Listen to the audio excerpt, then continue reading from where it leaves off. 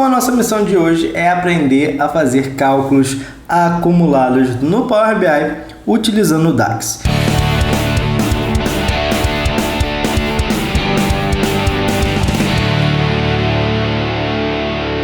E a gente vai ver que é muito simples a gente fazer esse tipo de cálculo, seja você querendo ver os próximos 12 meses acumulados, os últimos 3 meses, os últimos 12 meses acumulados no Power BI. E o que a gente tem aqui de case para a gente ver como é que a gente pode fazer isso de uma maneira bem fácil, tá? Trouxe aqui uma tabela onde a gente tem um indicador inflacionário, nesse caso, a data de referência, que é o período de cada indicador, e a variação mensal desse indicador, tá? Então, basicamente, o que a gente vai fazer aqui é acumular esses indicadores numa fórmula de cálculo simples. Então, ele vai sempre somar ali o indicador mês a mês dentro do período que a gente quer. Então, os últimos 3 meses, os últimos 12 meses, e a gente vai ver como é que a gente constrói essas métricas aqui no Power BI. Eu já estava com elas prontas aqui, mas eu vou excluir ela aqui para a gente não ter cola e começar do zero. E basicamente o que a gente vai fazer é dizer para o Power BI qual é o intervalo de datas que eu quero fazer aquela soma. E a gente consegue fazer isso com a junção de duas fórmulas aqui no Power BI, que é a fórmula Calculate. A fórmula Calculate ela serve para eu dizer para o Power BI que eu quero modificar um cálculo ou alguma função. E como é que funciona essa modificação? Quando eu estou fazendo a soma da variação mensal, que é exatamente esse gráfico aqui, eu passo para ele aqui a minha data no gráfico, então eu tenho aqui o meu eixo com as datas, e eu tenho a variação mensal. Ele vai somar mês a mês aqui a variação mensal, mas se eu não quiser somar só no mês, se eu quiser somar 2 meses, 3 meses, eu estou modificando o cálculo natural dele.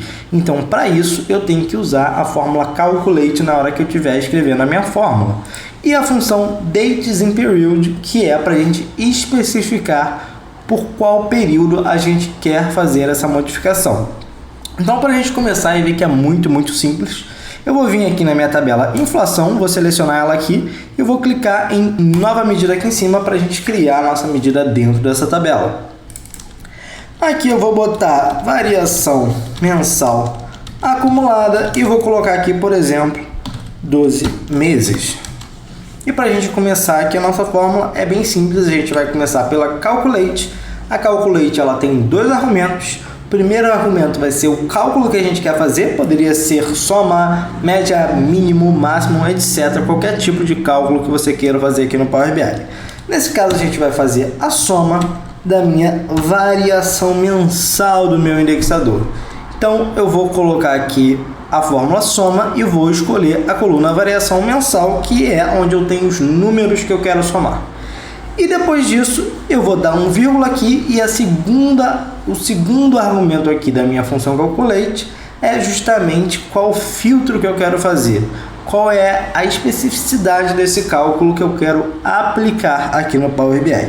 E a gente vai usar a fórmula Dates in Period, que basicamente vai listar para o Power BI só os períodos que ele tem que considerar na hora que ele estiver fazendo essa soma.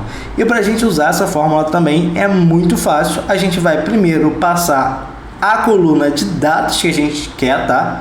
Então eu vou colocar aqui a coluna de data da minha tabela. Lembrando que se você está trabalhando num Power BI onde você usa uma tabela calendário, você vai usar aqui a coluna de datas da sua tabela calendário, tá? E não a coluna de dados da tabela principal. A gente vai dar um vírgula. A start date é a data a partir de onde ele começa. E agora, antes da gente responder essa pergunta aqui para a fórmula, vamos pensar no seguinte. Quando ele estiver em abril, ele tem que calcular ali os 3 meses, os últimos 12 meses, 3 meses a partir de abril. Quando ele estiver em maio, a mesma coisa, ele tem que considerar a partir de maio, correto? Então, a gente tem que dizer para ele qual é o mês que ele está para ele começar. E como é que a gente faz isso?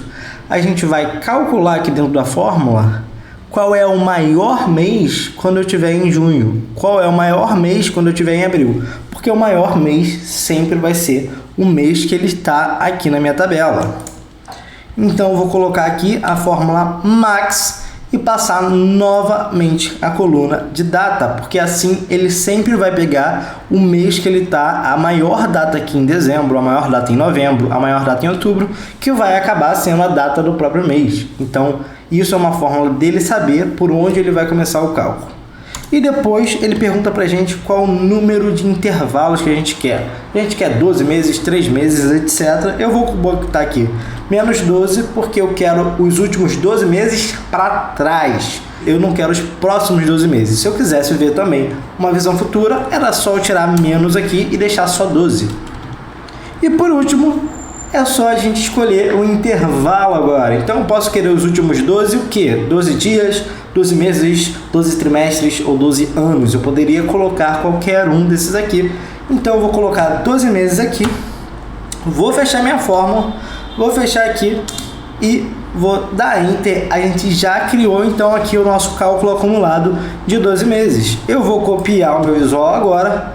Vou trazer ele aqui para baixo só para a gente ver como ficou.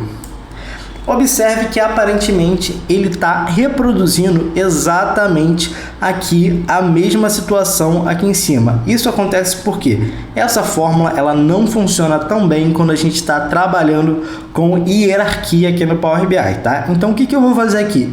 Eu vou vir aqui no meu campo de data e ao invés dele utilizar a hierarquia de datas, eu vou selecionar para ele utilizar a própria data. E agora vejam que o gráfico já mudou completamente e ele está mostrando de fato o cálculo acumulado aqui ao longo dos meses. E ele está pegando sempre 12 meses aqui. Se eu quiser que ele pegue uma data diferente, é só botar aqui ao invés de 12, vim na minha fórmula colocar menos 3, posso colocar 3 para ele ir para frente e eu posso escolher o intervalo de uma maneira muito fácil, ano, trimestre, mês e dia, e você pode criar aí uma série de fórmulas com isso, uma série de cálculos acumulados de acordo com o período que você preferir.